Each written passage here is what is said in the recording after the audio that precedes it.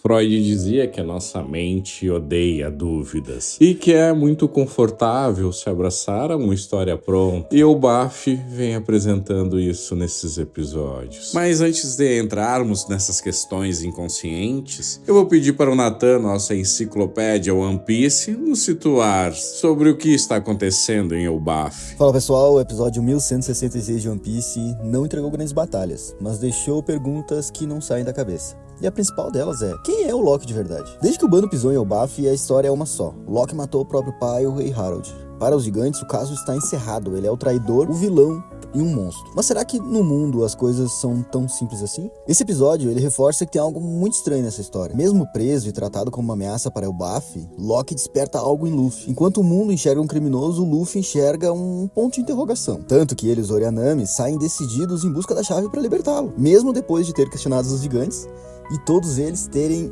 afirmado veementemente que o Loki é um vilão. Ao mesmo tempo, o episódio bate forte na mesma tecla. Nika, o deus do sol. Pois é. Os gigantes falam dele com uma devoção absurda e isso chega a causar uma briga interna. Nika é o símbolo máximo da esperança para Elbaf. Só que existe uma ironia nisso tudo. A ilha inteira fala de Nika, mas parece muito mais conectada à lenda do que à realidade diante deles. Eles estão tão presos à figura mítica que não conseguem enxergar o que está acontecendo na frente dos próprios olhos. Nika está ali, na frente de todos.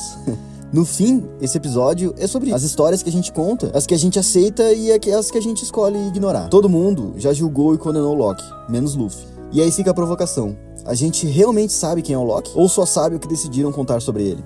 Cassiano, o que a psicanálise diz sobre esse fenômeno? Muito obrigado, Nathan, nossa enciclopédia One Piece. Sabe que tem algo bem interessante, até fascinante nesse comportamento de Elbaf, que aparece na clínica, aparece nos consultórios, que se você reparar, o Loki, mesmo sem aparecer, já tinha algo construído, uma identidade pronta, como o assassino, traidor. E o ponto é que muitas vezes não enxergamos a pessoa na realidade. Enxergamos o mito, nesse caso o mito, por uma ótica que foi construída, uma narrativa que foi construída sobre ele. E como eu mencionei no início, Freud dizia que a mente humana odeia esse vazio da dúvida. Então se abraça numa história pronta, mas confortável. Mesmo que essa história seja mentira ou esteja incompleta, não importa. É mais fácil assim porque auxilia a suportar o incômodo do não saber. E o grupo vai se unindo, social,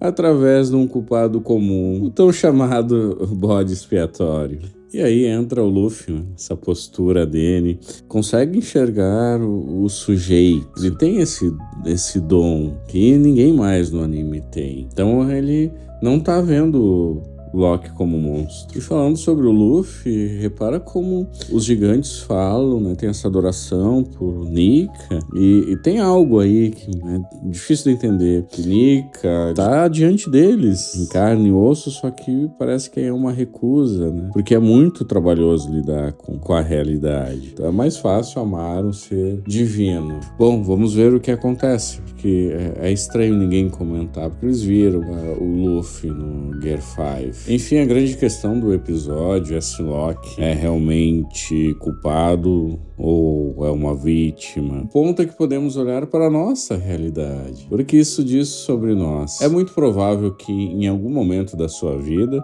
você já condenou ou pelo menos julgou alguém com base apenas no ouvir dizer. E talvez até pior, você já foi condenado ou julgado sem ao menos ter a oportunidade de contar a própria história. E se você gostou desse vídeo, deixe seu like e se inscreva no canal para acompanhar mais conteúdos. Aqui tem One Piece toda semana. E até a próxima!